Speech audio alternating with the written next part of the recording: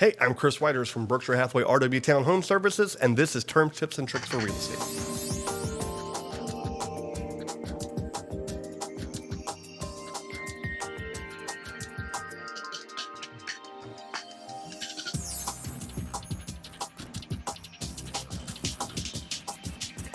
Hey, Chris Whitehurst. This is the Terms, Tips, and Tricks for Real Estate. I truly believe knowledge is power, and so go ahead and subscribe, ring that notifications bell. There's a new episode each week, and you're not going to want to miss one because they're always packed full of important, useful information for you as a real estate buyer or seller. This is episode 157, and today we're going to be talking about buyer agency agreement. This is the form that I use to get you to legally allow me to act on your behalf as a buyer.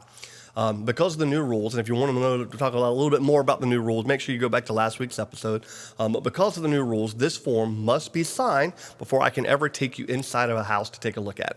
No exceptions anymore. They have to be in place before we walk into the house. And why is that? It's because this agreement ensures that the buyers understand that if the sellers aren't going to pay the buyer's agent commission, the buyers are going to be responsible for that. It also makes sure we understand the rules and how this could impact how we structure an offer.